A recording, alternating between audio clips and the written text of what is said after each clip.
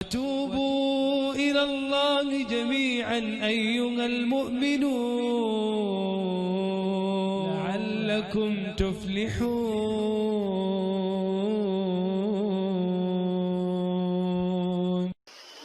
Third question is, we know through Quran and Hadith that the sacred books of the religions other than Islam have been distorted or changed. But as the non-Muslims who do not believe in Quran and Hadith, how can we convince and motivate them that your sacred books have been distorted or changed? Is there any evidence of change in their sacred books? We know through Quran and Hadith that the sacred books of the religions other than Islam have been distorted or changed. But as the non-Muslims do not believe in the Quran and Hadith, how can we convince and motivate them that your sacred books have been distorted or changed? Is there any evidence of change in the sacred books? What is the easy way to invite them and convince them? With thanks. یہ ایک بہت اچھا سوال ہے کہ ہم جانتے ہیں کہ قرآن شریف میں ذکر ہے کہ قرآن کے علاوہ اور بھی اللہ تعالیٰ نے کتابیں نازل کی. ہمیں یقین ہے قرآن اور حدیث پہ، غیر مسلمانوں کو یقین ہے. کس طریقے سے ہم انہیں بتا سکتے کہ ہماری کتاب صحیح ہے ان کی غلط ہے؟ ہر دور میں، ہر زمانے میں کچھ چیز ثابت کرنے کے لیے ایک دور ہوتا ہے. مثال کے طور پہ پہلے دور تھا معجزہ کا، معجزہ، اور الحمدللہ قرآن ثابت کر چکا ہے کہ اللہ کی کتاب ہے، کیونکہ سارے جہاں میں سب سے بہترین معجزہ ہے قرآن شریف. اس کے بعد دور آیا لٹریچر اینڈ پوئٹری کا، اردو میں کیا کہتے ہیں، لٹریچر اینڈ پوئٹری، شعر شاعری کا دور. اس ٹائم اونچائی پہ تھے جب قرآن نازل ہوا. اس ٹائم عرب سب سے اونچائی پہ تھے عربی زبان میں، زبان کا دور تھا شعر اور شاعری کا. الحمدللہ ثم الحمدللہ مسلمان اور غیر مسلمان دونوں جو بھی عربی جانتے وہ تسلیم کرتے کہ قرآن مجید سارے دنیا میں سب سے بہترین کتاب ہے عربی زبان میں. لیکن آج شعر شاعری کا دور نہیں ہے. اگر میں کہوں گا شعر شاعری کے زبان میں کہ دنیا چپتی ہے، کیا آپ مان لیں گے؟ نہیں مانیں گے، کیونکہ آج شعر شاعری کا دور نہیں، آج دور ہے سائنس اور ٹیکنالوجی کا. تو اگر ہم یہ سائنس اور ٹیکنالوجی کمپیئر کریں گے قرآن اور باقی مذہب کی کتابوں سے تو پتا چلے گا کون سی کتاب حق ہے اور کون سی باطل ہے. اللہ تعالیٰ فرماتے ہیں سورہ رعد میں سورہ نمبر 13 آیت نمبر 38 میں، اجلن کتاب میں ہر دور میں اللہ تعالیٰ نے ایک کتاب نازل کی. ہر دور میں ایک کتاب نازل کی. نام سے ہمیں 4 کتاب کا علم ہے، توراہ، زبور، انجیل اور قرآن. لیکن اس کے علاوہ کئی کتابیں نازل کی گئی تھی. لیکن اللہ تعالیٰ یہ بھی فرماتا ہے سورہ بقرہ میں سورہ نمبر 2 آیت نمبر 79 میں، فَوَيْلٌ لِّلَّذِينَ يَكْتُبُونَ الْكِتَابَ بِأَيْدِيهِمْ ثُمَّ يَقُولُونَ هَٰذَا مِنْ عِندِ اللَّهِ لِيَشْتَرُوا بِهِ ثَمَنًا قَلِيلًا فَوَيْلٌ لَّهُم مِّمَّا كَتَبَتْ أَيْدِيهِمْ وَوَيْلٌ لَّهُم مِّمَّا يَكْسِبُونَ. لعنت ہے وہ لوگوں پہ جو لوگ کتاب اپنے ہاتھ سے لکھتے ہیں اور کہتے ہیں کہ اللہ کی کتاب ہے. لعنت ہے وہ لوگ پہ جو لکھتے ہیں، لعنت ہے ان پہ جو کماتے ہیں، اور ان سب پہ لعنت ہے. اللہ تعالیٰ فرماتے ہیں کہ لوگ اپنے ہاتھ سے کتاب لکھتے ہیں اور کہتے ہیں کہ اللہ کی کتاب ہے.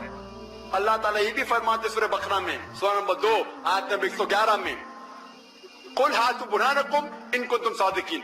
آپ اپنا ثبوت پیش کرو اگر آپ سچے ہیں. کوئی بھی کہتا ہے کہ اللہ کی کتاب ہے تو آپ ان سے کہیے قُلْ هَاتُوا بُرْهَانَكُمْ، آپ اپنا ثبوت پیش کرو اگر آپ سچے ہیں. تو آپ اگر کمپیئر کریں گے قرآن مجید اور سائنس کو، آج سائنس کا دور ہے، تو الحمدللہ ثم الحمدللہ قرآن مجید میں ایک بھی آیت ایسی نہیں ملیں گے آپ کو جو اسٹیبلش سائنس کو ٹکراتی ہے. میں سائنس سے قرآن مجید کو ثابت نہیں کرنا چاہتا ہوں. قرآن مجید سائنس سے اور اوپر ہے. قرآن مجید سائنس کی کتاب نے SCIENC، بٹ سائنس کی کتاب ہے SIGNS، آیتوں کی کتاب ہے. اور قرآن مجید میں 6000 آیت ہے، سائنس ہے، ورسز ہے. ان میں سے 1000 سے زیادہ سائنس کے بارے میں ذکر کرتی ہے. لیکن اگر ہم قرآن مجید سائنس کو جو لوگوں کی یاسٹک ہے، ان کا یاسٹک ہے، ان کی تولنے کی چیز ہے، اگر ہم قرآن مجید ہماری یاسٹک، ہمارا معیار سے دیکھیں گے تو ثم الحمدللہ ایک بھی آیت سائنس سے نہیں ٹکراتی ہے، اسٹیبلش سائنس سے. لیکن یہ اگر آپ بائبلز ملائیں گے، ہمیں پتا ہے کہ انجیل اللہ کا کلام تھا، لیکن یہ بائبل ابھی ملاوٹ ہو چکی ہے. اللہ کا کلام بھی اس میں موجود ہے، اس میں عیسیٰ علیہ السلام جو کہتے ہیں وہ بھی موجود ہے.